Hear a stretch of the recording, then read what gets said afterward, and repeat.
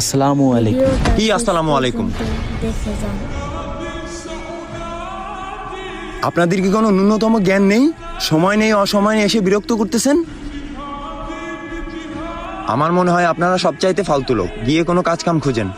আসছে সালাম দিতে। আসসালামু আলাইকুম। এখনো নির্লজ্জের মতো দাঁড়ায় আছেন কেন? যান। ইন্নাল্লাহা মাস সাবিরিন, ইন্নাল্লাহা মাস সাবিরিন, ইন্নাল্লাহা মাস সাবিরিন।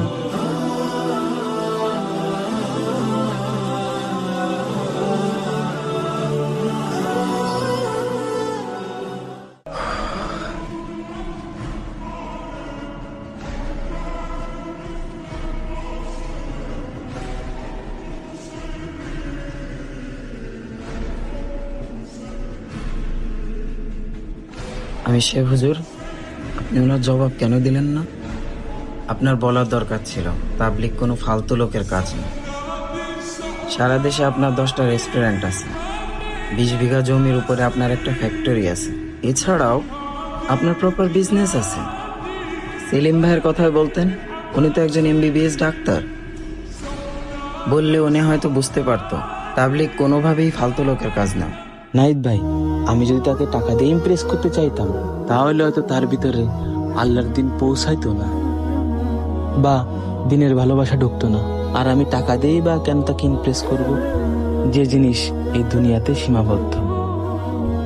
সে আমাকে ধাক্কা দিয়েছে, ছোট বড় কথা শুনিয়েছে, আমি কিন্তু ধৈর্য ধারণ করেছি, শুধুমাত্র আল্লাহর জন্য, আল্লাহর খুশির জন্য।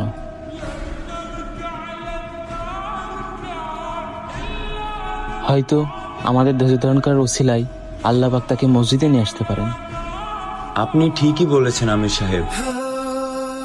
আমির সাহেব, আপনার ধৈর্য আমাকে বাধ্য করেছে মসজিদে আসার জন্য।